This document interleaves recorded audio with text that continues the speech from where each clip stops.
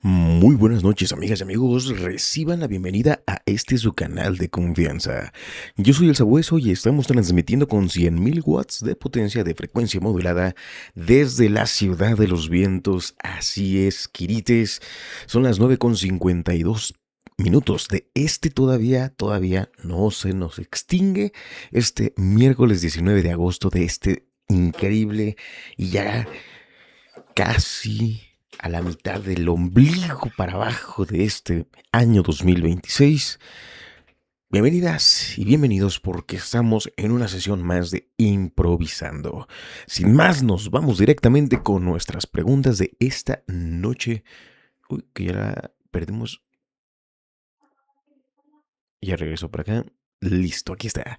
Ya tenemos preparadas nuestras preguntas de esta noche, así es que sin más dilación, queridas y queridos quirites, dice esto así.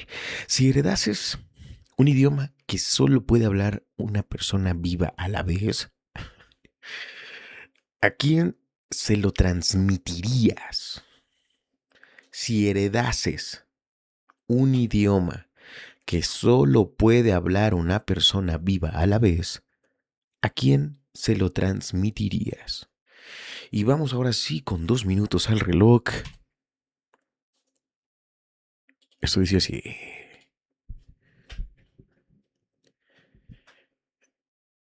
Aquí sin duda estamos ante la deriva de crear grandes y profundos horizontes que nos lleven a esos paraísos que desde siempre buscamos. Buenas noches, queridos. Soy el Sabueso. Y el problema es claro. Hay una película que de hecho plantea este problema. Sueño en otro idioma. Es una película producción mexicana. De las producciones mexicanas que vale la pena mencionar como ahora. Y el problema es ese. Solamente 2 personas en todo el país y por lo tanto en todo el mundo hablan un idioma. Y esas 2 personas son las únicas dos que mientras lo continúen hablando, que eso es lo primordial de un idioma, com- continuará existiendo. Así es que si lo vemos profundamente, aquí hay en realidad 2 problemas. Porque el problema sí, de la cuestión de finitud, de que solamente una persona pueda ostentar este idioma, y dos, porque no puede ser compartido, no puede ser hablado. Solo puede hablar una persona viva a la vez. Creo que entonces es una codificación, no un idioma. ¿Con quién codificarías algo que solamente entendieses con alguien? En un momento íntimo de vínculo completamente personal y eterno a nivel de lenguaje y por lo tanto a nivel de existencia y de realidad. Wittgenstein decía que nuestro lenguaje crea nuestros confines de la realidad, parafraseando. Y por lo tanto aquí hay una alternativa y una invitación clara, Kirites. Porque urge de verdad que nosotros entendamos que aquí hay una alternativa que puede salvar nuestras vidas como civilización. Incluso me atrevo a apostar. Porque si bien el amor lo puede resolver todo, y es la respuesta final de todo, aquí también heredara y heredaría ese lenguaje a quien ame.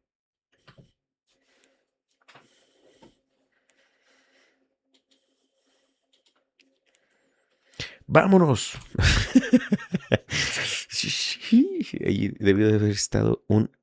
Voy a buscar dentro de un efecto de, de grillo. ¿Por qué? ¿Qué es este ahora?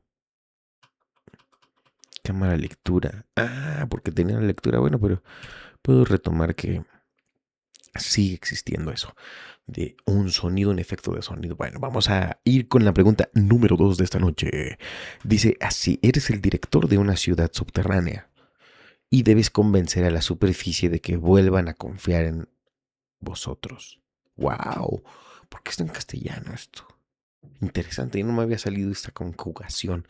Eres director de una ciudad subterránea y debes convencer a la superficie de que vuelvan a confiar en ustedes. ¿Cuál es tu mensaje central? Es director de una ciudad subterránea y debes convencer a la superficie de que vuelvan a confiar en ustedes.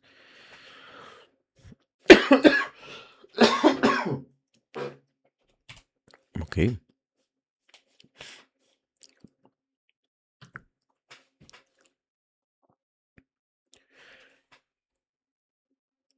Hermanas, hermanos, hoy me presento ante ustedes no como un héroe, no como alguien que plantea dominar ni gobernar.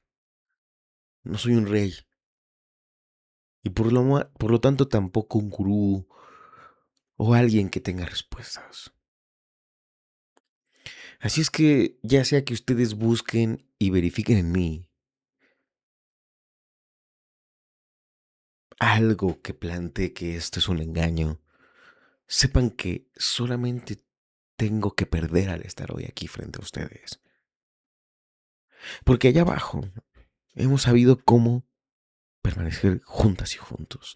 Hemos desarrollado la increíble y completamente extraordinaria condición de tratarnos como iguales, como lo que somos, como seres de la misma especie. No quisiera comentarles que esto ha traído verdaderos beneficios a nuestra sociedad. Y por lo tanto no es algo que debamos ni siquiera podamos quedarnos únicamente para nosotros. Es nuestro. Hermanas y hermanos, hoy le vengo únicamente ante ustedes con la única intención de compartir lo aprendido, de compartir lo cosechado. Y esto es algo que no solamente puede cambiar literalmente toda nuestra existencia en este planeta,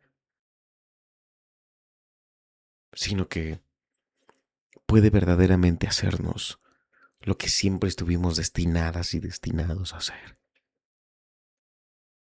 Hijas e hijos del mismo planeta, en convivencia eternamente con ella. Ese es mi mensaje y esa es la solución. ¿Lo hacemos?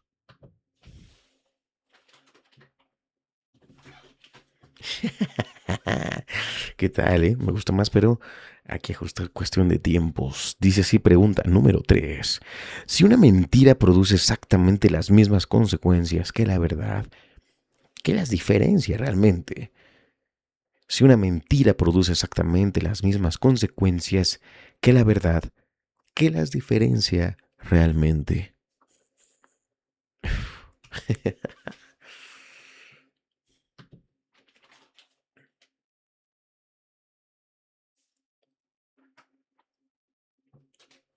Había dos hermanos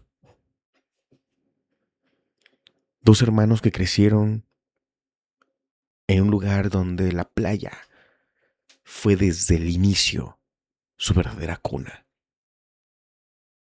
Enamorados del océano, del agua y de todo lo que tenía que venir, todo lo que venía, perdón, de esta nueva experiencia y de este mundo, desde muy jóvenes se volvieron pescadores, adentrándose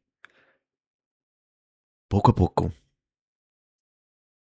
cada vez más y más y más profundo en el océano, hasta que cuando cumplieron 18 años, cada quien desde su propia barca se plantearon el reto de pescar uno de los más grandes peces que habían habido y que se habían conocido en toda la región. Cuando uno de los hermanos, en medio de la búsqueda, se vio entre una feroz tormenta, tuvo la decisión de ir a avisar a su hermano, cambiar de ruta, renunciar a su presa, pero salvar la vida de su hermano. No lo hizo. Atravesó la tormenta, sobrevivió, sí, pero supo ladear a tiempo gracias a que la supo interpretar con la pericia adecuada. Su otro hermano, en cambio, el menor, no tuvo oportunidad y falleció completamente ante el poderoso océano. Aquí la enseñanza es muy simple, porque cuando ellos regresaron, cuando él regresó, lo único que dijo fue: la tormenta se llevó a mi hermano. Pero hoy les pregunto, queridos, ¿realmente fue así?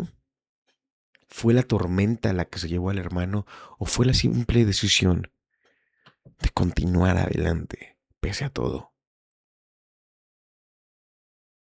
Hoy les pregunto,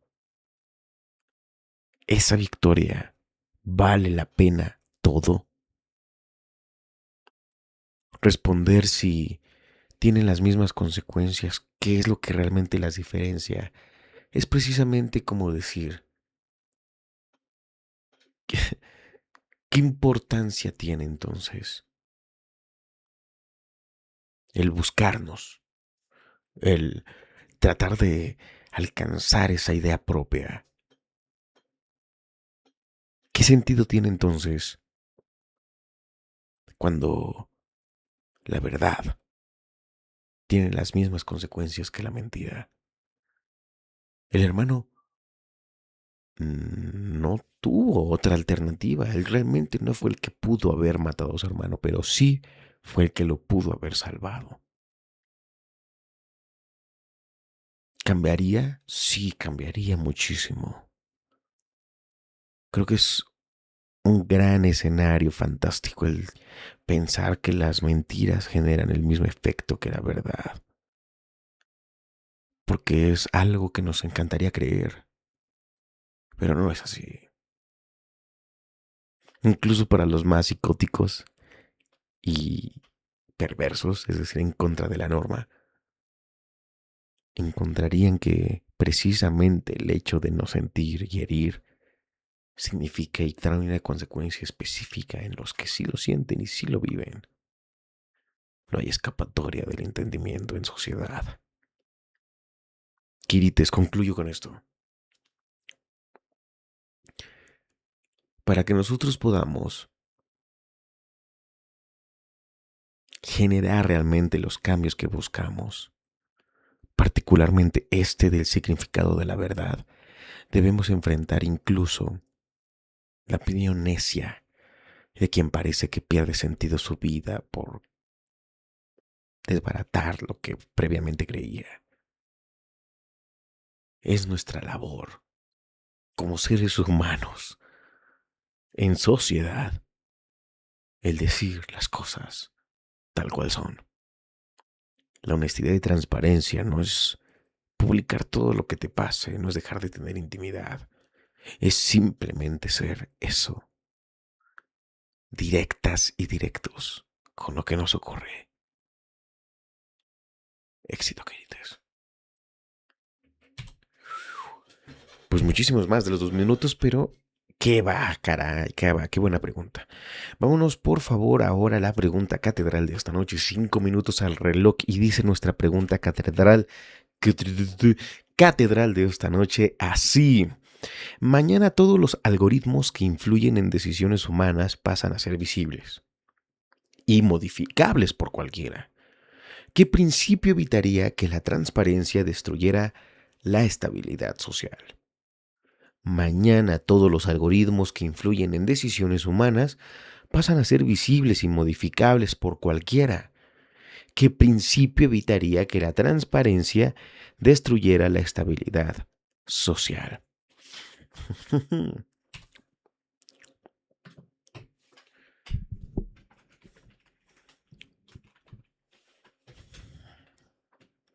La respuesta es muy simple y muy clara. Gratis además para ustedes, kirites.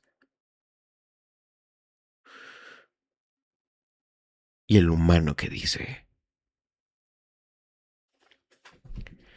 cuando nosotros verificamos que hay un cambio de tecnología evidente, Uno de los más grandes ejemplos que se pone de esta singularidad, me parece que en realidad son dos, no uno. El primero, obviamente, desde la antigüedad, en nuestros términos de 2026, cuando Henry Ford genera esta nueva forma de ensamblaje de los automóviles, lo hace mucho más económico y accesible y se plantea el que cada americana, familia americana, tenga un automóvil Ford en su cochera. Generó precisamente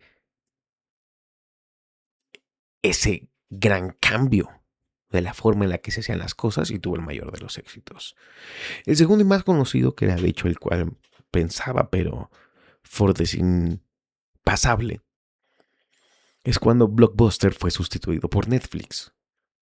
Blockbuster rentaba las películas físicas y dependía de que los usuarios la regresaran para que otra persona pudiera nuevamente rentarla y llevarla a su casa, regresarla y así, y así, y así. En algún momento llegaron a tener varias copias de la misma película para que no dependiera precisamente del usuario, pero era un negocio bastante fructífero. ¿Qué pasó entonces con Blockbuster? Llega una idea mucho más innovadora que además, particularmente aquí, y por eso es lo que más se refleja con la idea de esta respuesta a la pregunta, usó la tecnología, generó cambios verdaderos para que de verdad las personas tuvieran una experiencia distinta y diferenciada de las películas y del cine. Tanto así que hoy es una productora de cine, Netflix, no solo una plataforma de suscripción. Sin más, queridos, la idea es clara. ¿Qué dice el humano? Porque a pesar de que aquí, en estas dos cosas, se implementó la tecnología, cada una de su tiempo y a las condiciones, pero al final la tecnología siempre fue esta otra capacidad humana de aplicar eso que ya estaba. Podemos nosotros pedirle y facilitarle para no pensar y agilizar nuestro trabajo cotidiano y repetitivo del día a día. Pero las cosas grandes, fundamentales que creemos a partir de las nuevas herramientas, siempre serán a través de qué dice el humano. Invariablemente. Hoy, a pesar de que...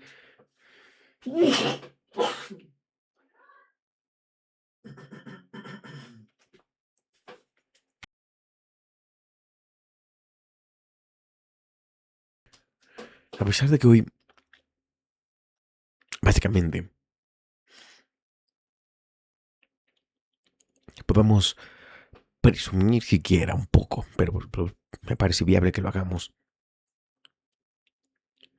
sobre las condiciones verdaderas que producen algo tan simple como que hasta hace 5 años, démosle tal vez 7 años, ya estamos en el 2026, hace 7, 8 años era inviable que alguien pudiese apostar porque un chico de 14 años pudiese ganar más que sus padres simplemente por jugar videojuegos. Y hoy es una realidad tangible. Le pasa a muchas personas. Y es una posibilidad real si tienen el talento y la dedicación y además el empeño. Porque estar en redes sociales no es fácil, es un trabajo. Que sea más sencillo que otros, sí, sin duda. Que es más cómodo, claro. Que trae más dinero, sí, también. Pero justamente esa nueva forma de hacer las cosas a partir de esa nueva tecnología y de esas nuevas herramientas, y fue a partir del boom de Twitch, por lo menos en la pandemia. Así que, de la misma manera, la innovación siempre pasa por ¿y qué dice el humano? Aprendamos simplemente a tener nuestras herramientas óptimamente aplicadas y afinadas para que cada vez que vengan actualizaciones grandes, imprescindibles y demás algoritmos que puedan solucionar las cosas aparentemente con magia, no olvidemos que la clave es ¿qué dice el humano? Muy bien, pues amigas y amigos, con esto concluimos la fase de discursos Improvisados, vámonos a la lectura en voz alta. Homo Deus de Yuval Noah Harari. Eco, prende techo. Vamos a abrir espacio para poder acomodar nuestro libro y hacer la lectura de esta noche. Continuamos en el capítulo 1. Y esto dice así: los movimientos que pretenden cambiar el mundo suelen empezar reescribiendo la historia, con lo que permiten que la gente vuelva a imaginar el futuro. Ya sea lo que queramos que los obreros organicen, ya sea lo que queramos que los obreros organicen una huelga, que las mujeres tomen posesión de su cuerpo o que las minorías oprimidas exijan derechos políticos. El primer paso es volver a narrar su historia. La nueva historia explicará que nuestra situación actual no es natural ni eterna. Antaño las cosas eran diferentes. Solo una sucesión de acontecimientos causales creó el mundo injusto que hoy conocemos. Si actuamos con sensatez, podremos cambiar este mundo y crear otro mucho mejor.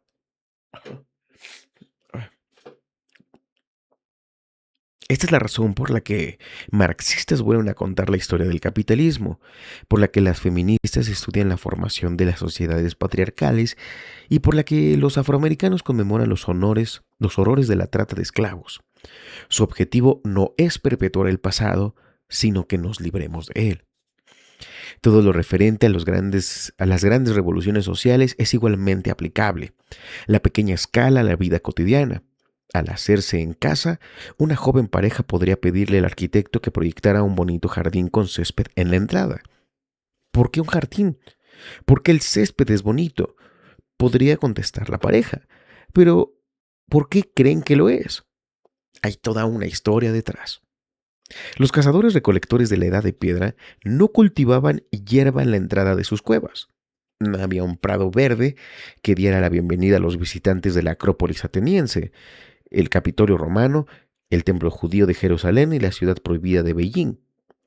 La idea de plantar un jardín con césped en la entrada de residencias privadas y edificios públicos nació en los castillos de los aristócratas franceses e ingleses en la Edad Media tardía. En la época moderna temprana, esta costumbre arraigó profundamente y se convirtió en la característica de la nobleza. Los jardines bien cuidados requerían terreno y mucho trabajo, en particular en la época anterior a la intervención de los cortacéspedes y a los aspersores automáticos. A cambio, no producían nada de valor. Ni siquiera se podían utilizar como terreno de paso para animales, porque estos se comerían y pisotearían la hierba. Los pobres campesinos no podían permitirse tener una tierra o un tiempo precioso de los jardines. Por lo tanto, el pulcro prado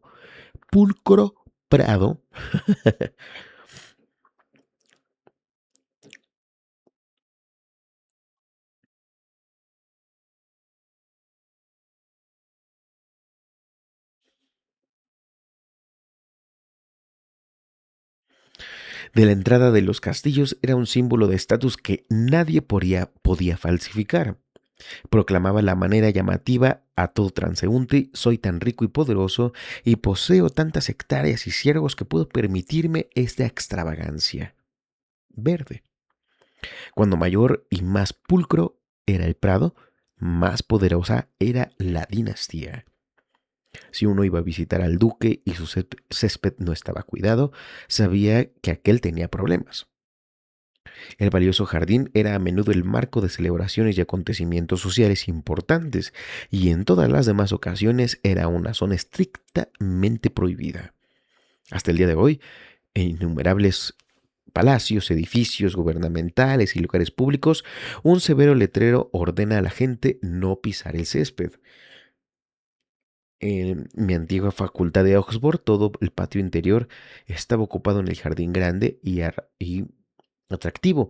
Todo el patio interior estaba ocupado por el jardín grande y atractivo en el que nos permitía andar y sentarnos únicamente un día al año.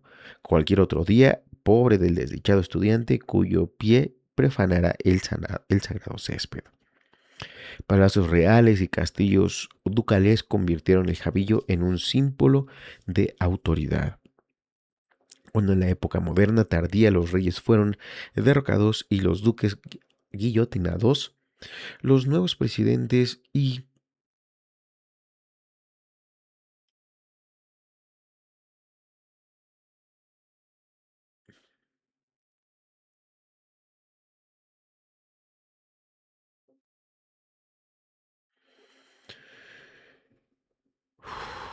durante miles de años los humanos habían jugado sobre cualquier tipo concebible de terreno, desde el hielo hasta el desierto.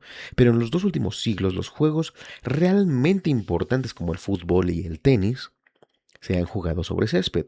Siempre se da por descontado que uno tenga dinero. En las favelas de Río de Janeiro, la futura generación de futbolistas brasileños chuta balones improvisados sobre arena y tierra. Pero en los barrios opulentos, los hijos de los ricos se advierten sobre céspedes cuidados con esmero. Por ello, los humanos llegaron a identificar los jardines con el poder político, el nivel social y la opulencia económica. No es por tanto sorprendente que en el siglo XIX la burguesía en auge adoptara el jardín con entusiasmo. Al principio, solo banqueros, abogados y magnates de la industria podían permitir tales lujos en las residencias privadas. Pero cuando la revolución industrial amplió la clase media y dio origen al cortacésped y después al aspersor automático, millones de familias pudieron permitirse de pronto un día en su jardín. En las zonas residenciales norteamericanas, un jardín impecable pasó a ser de un lujo, a ser de una persona rica, a una necesidad de la clase media. Fue entonces cuando un nuevo rito añadió a la liturgia de las zonas residenciales suburbanas. Después de asistir al oficio religioso en la iglesia, muchas personas se dedicaban devotamente a parar o poder parar el césped. Correcto. Así es. Después de asistir al oficio religioso en la iglesia, muchas personas se dedicaban devotamente a podar el césped. Al recorrer las calles uno podía determinar lo inmenso de la riqueza y la posición de cada familia por el tamaño y la calidad del terreno. Hay señal más clara de que algo va mal en casa de los Jones que un césped mal cuidado en el jardín delantero de su casa. El césped es en la actualidad la planta cultivada más extendida de Estados Unidos después del maíz y el trigo. Y la industria del césped, plantas, estiércol, cortacésped, aspersores, jardineros, mueve 1.000 millones de dólares al año. El jardín no fue una moda exclusiva de Europa y Estados Unidos. Incluso personas que nunca han visitado el Valle de Loira ven a los presidentes norteamericanos pronunciando discursos en el jardín de la Casa Blanca, partidos de fútbol decisivos que se disputan en estadios verdes y Homer y Bart Simpson discutiendo para dirimir a quién le toca podar el césped. En todo el planeta, la gente asocia los jardines exuberantes con el poder, el dinero y el prestigio. Por ello se ha extendido globalmente y ahora se dispone a conquistar incluso el corazón del mundo musulmán. El recién construido Museo del Arte Islámico de Qatar está flanqueado por magníficos jardines que evocan mucho más al de Versalles de Luis XIV, que al de Bagdad de Harún al-Rashid. Fueron diseñados y construidos por una compañía estadounidense, y sus más de 100.000 metros cuadrados de césped, el pleno desierto de Arábigo, requieren una enorme cantidad de agua dulce diaria para mantenerse verdes. Mientras tanto, en las zonas residenciales, Doha y Dubái, las familias de clase media se aprecian de sus céspedes, si no fuera por las túnicas blancas y los hijabs negros. Podría creer fácilmente que se encuentra en el Medio Oriente y no en el Oriente Medio. Después de haber leído una breve historia del jardín, cuando el lector tenga previsto hacer la casa de los sueños, quizá se piensen, quizá se piensen 2 veces incluir una parcela de césped delante de su casa. Desde luego,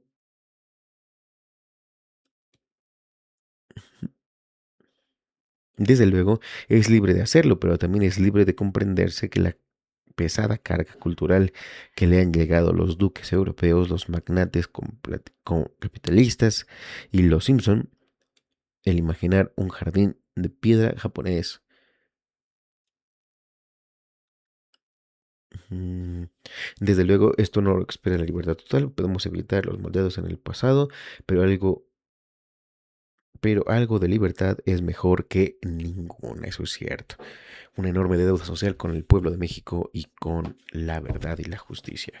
Bien, pues amigas y amigos, con eso concluimos también este subtítulo de acá. Espera un momento. Ahora sí. Pues con esto terminamos la lectura en voz alta, también la transición, por lo tanto, del día de hoy, les repito, miércoles 19 de agosto, son las 10:24, amigas y amigos, y estamos ya cerrando esta noche con ustedes de Improvisando. Eco, apaga techo.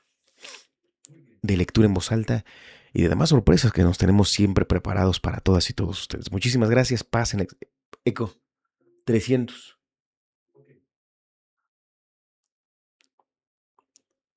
Sin más, amigas y amigos, quirites, esta es la oportunidad única y exclusiva para ustedes para continuar disfrutando de estos increíbles y muy sabrosos espacios. Yo soy el Sabueso, pásenla excelentemente bien. Bye. Pásenla excelentemente bien. Muy buena noche. Hasta luego. Bye.